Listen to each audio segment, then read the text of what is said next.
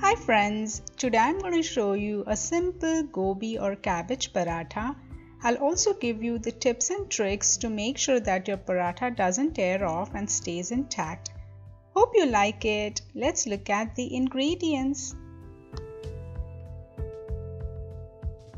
To make the parathas, I'm going to need 2 to 3 cups of wheat flour.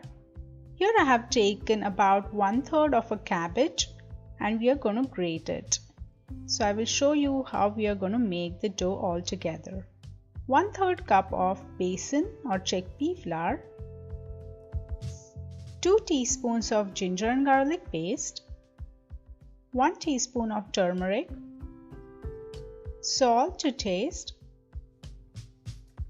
2 teaspoons of red chili powder and 2 teaspoons of garam masala powder.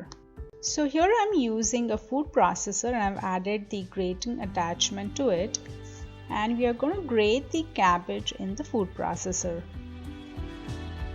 So just making small pieces, put those in and start grating the cabbage. Using food processor simplifies the process and you can have the whole cabbage grated in within 5 to 7 minutes. So just continue adding little by little pieces of cabbage in there and just inching it to make to grate it. Here the cabbage is now grated completely, so just toss it like that. Add in 2 teaspoons of ginger and garlic paste, 1 teaspoon of turmeric powder, 2 teaspoons of red chili powder, 2 teaspoons of garam masala powder and some salt to taste. We are going to mix this, so inch it for 10 or so seconds. Let's open and check. So the spices, ginger, garlic and cabbage is nicely come together. Now we'll start adding the wheat flour. So the amount you add is really up to the consistency. So first I've added about 2 cups of wheat flour and I'll inch it like that. Let's open and check the consistency. So just take it together like that and with your hands just check the consistency. It's soft enough. So now we'll add the besan or the chickpea flour and inch again. If you feel the consistency is too soft, you can always add extra wheat flour in there. The consistency is now perfect. Let's take it out in a plate. The food processor has already simplified our process, so all we are doing is just taking those crumbles together and forming the big dough.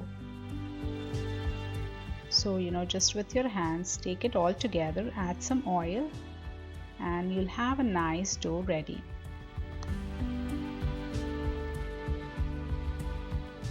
The dough is now ready. We are going to let it rest for half hour or so. Now we'll start rolling the parathas. So take the ball as size of a lemon and just dip it in dry flour and then roll it as you would for a chapatti or a roti.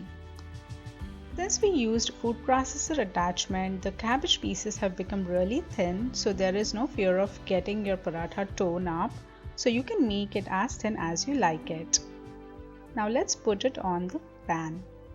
Cook it on one side for 10 to 15 seconds and then flip it over, and we are going to spread some butter over this side. So notice the bubbles start to form up. Turn it over and then do the same on the other side. Apply some butter. We are going to roast the paratha on medium flame.